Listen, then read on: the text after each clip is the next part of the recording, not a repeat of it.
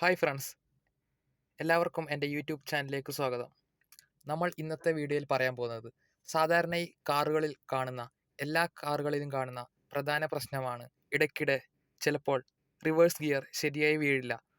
ഇത് അധിക കാറിലും കാണാറുണ്ട്. ബാക്കി എല്ലാ ഫോർവേഡ് ഗിയർസ് എല്ലാം കറക്റ്റായി വീഴും.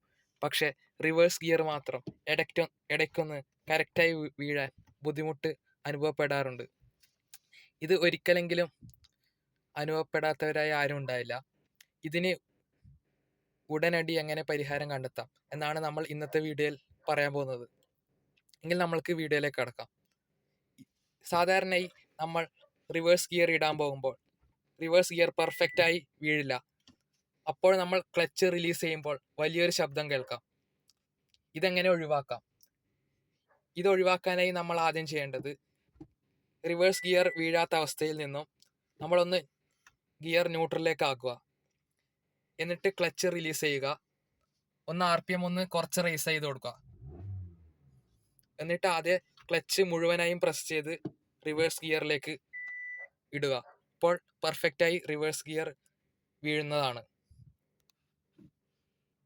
ഒട്ടുമിക്ക എല്ലാ കേസിലും ഞാനിപ്പോൾ പറഞ്ഞതുപോലെ ചെയ്താൽ വളരെ പെട്ടെന്ന് തന്നെ സ്മൂത്തായി തന്നെ റിവേഴ്സ് ഗിയറിൽ വീഴുന്നതാണ്.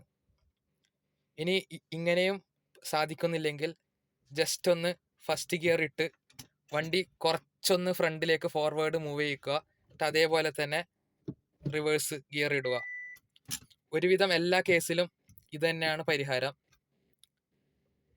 ഇതിനായി ബുദ്ധിമുട്ടേണ്ടതില്ല. ചിലപ്പോൾ നമ്മൾക്ക് വളരെ പ്രയാസമായിരിക്കും. നമ്മൾ റിവേഴ്സ് എടുക്കാൻ പോകുമ്പോൾ റിവേഴ്സ് ഗിയർ വീഴാറേയില്ല. അപ്പോൾ ഇതാണ് ഇതിനുള്ള ഉടനടി പരിഹാരം. ഇതുപോലുള്ള കൂടുതൽ വീഡിയോകൾക്കായി നിങ്ങൾ ഈ യൂട്യൂബ് ചാനൽ സബ്സ്ക്രൈബ് ചെയ്യുക. Thanks for watching.